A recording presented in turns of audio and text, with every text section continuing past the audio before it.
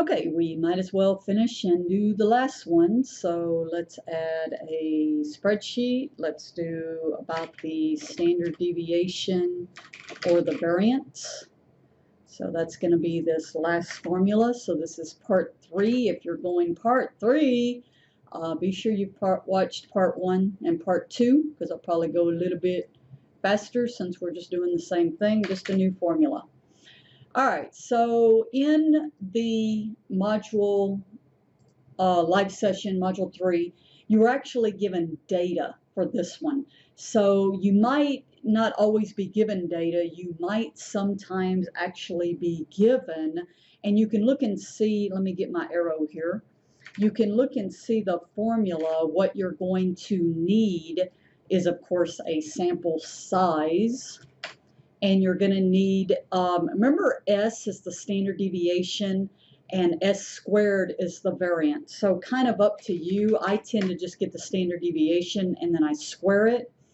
And then, of course, our population standard deviation or variance. So let's just put this. In fact, let's just go, well, I was going to put or variance, but we'll worry about that. If you have a variance, then those are the values you'll use. This one you actually had to find, so they give you some data, 69.25, 68.5, 69, 70, 71, 70, 70, 69.5. Hopefully I entered those correctly. And so here you actually have to find these values. Now what I'm going to do is, well, as I kind of leave it up to you. What you might do is if you're given these values, you might make this where you could change them and enter them. I'm actually going to use my formula to find my standard deviation. Okay, but if this was given to you, then you might have another column right here where you could just type it in, so that way you don't overwrite your formula. You know, kind of up to you what you want to do. All right, N is the sample size. So in this case, I believe there's 10, 1 through 10. And then the population standard deviation. So as I'm reading my slide, my alpha 0.01, the claim is 2.6. So that's definitely a value that you'd type. So that's my null hypothesis.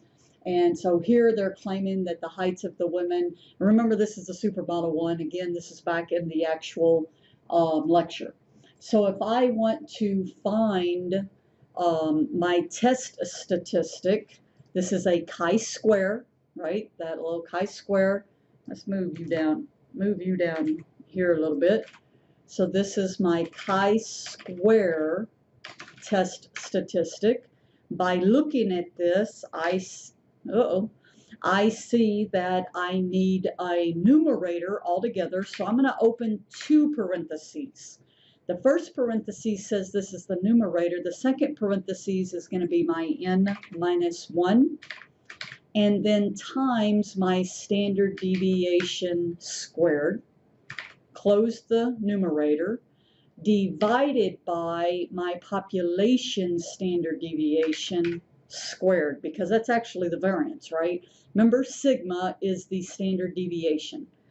And I press enter and I get exactly the same thing we got in class. I can move some decimal places, and that's exactly what we got in the class.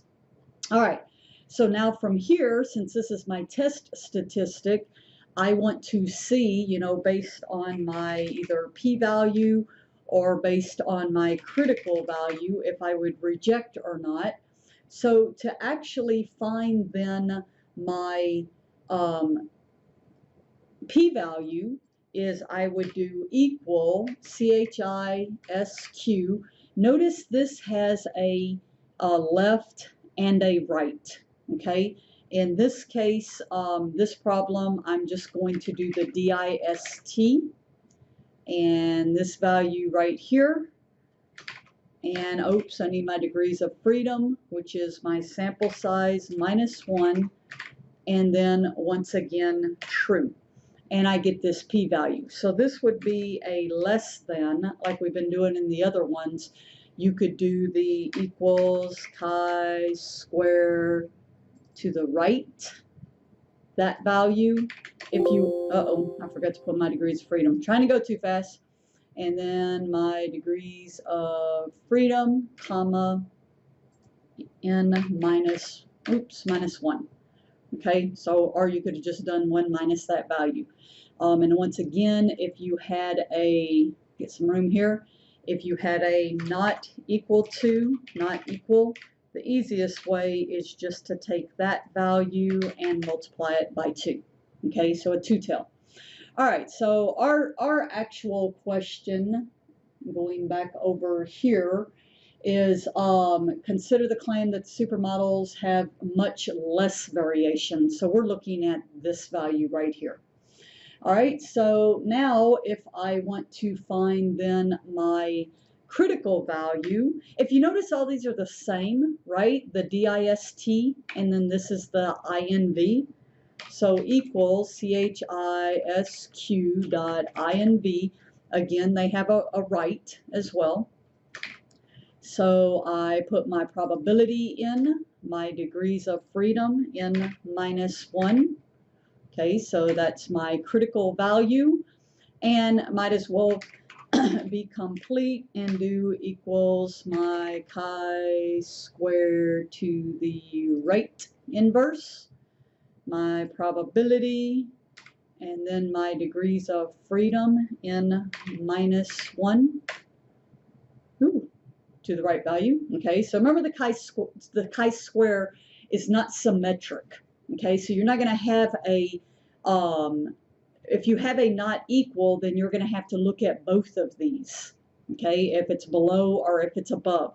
So in this case, my chi-square test statistic, and this is a value I won't change, does not fall in this critical region, or my p-value, you know, so my p-value here, so going back looking at my answers, is it says there's sufficient evidence to support the claim that supermodels have heights with a standard deviation less than, okay, because my p-value is certainly a lot less than my value here.